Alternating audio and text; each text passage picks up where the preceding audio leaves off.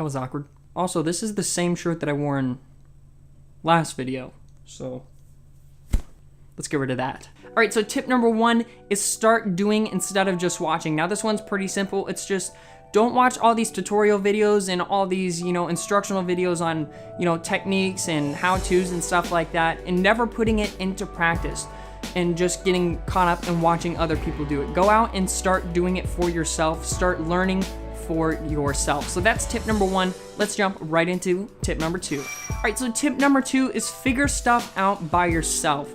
Now let's say you see a super cool transition, super cool effect, super cool technique or whatever.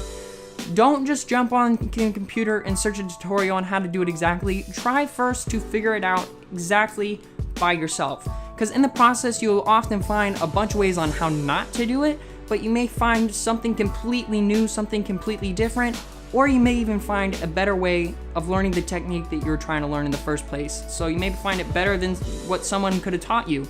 So go and try and figure stuff out by yourself. And let's get out of here and change the location for the next one. Let's go.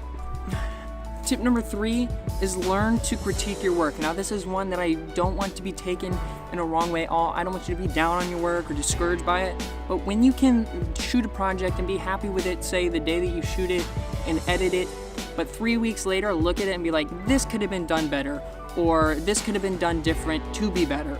That shows that in that amount of time that you've been away from that, you've made improvement and you've become a better filmmaker, better editor, because you can look at it now and say, this could have been done different. But don't be down on your work, don't be discouraged by it, but always look for things that could be done better next time, so you always know that you're making improvements and getting better.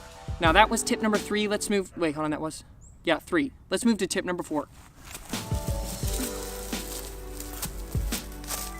Tip number 4 is, what was tip number 4? Oh yeah. Tip number 4 is learn to get out of your comfort zone when it comes to shooting. If you're always shooting something that you're like, oh, this is super easy, or you're like, oh, I don't want to go shoot this because it's hard. Often those things that are hard, projects that you're like, oh, this is going to be hard, I don't know if I want to shoot that. Those are often the ones that you'll learn the most on because it's things that you haven't already done. And I'm going inside now. And tip number 5 is learn as much as you possibly can.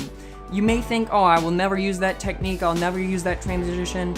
You never know when you learn that if it will spark ideas in your head for completely new things. And that's something that can really help your work and your content to stand out the best. But that is pretty much it for this video. If you did enjoy it, be sure to hit that like button, hit the subscribe button, hit the share button, hit all the buttons. I mean, preferably not the dislike button, but that's pretty much it for this video, and I will see you later.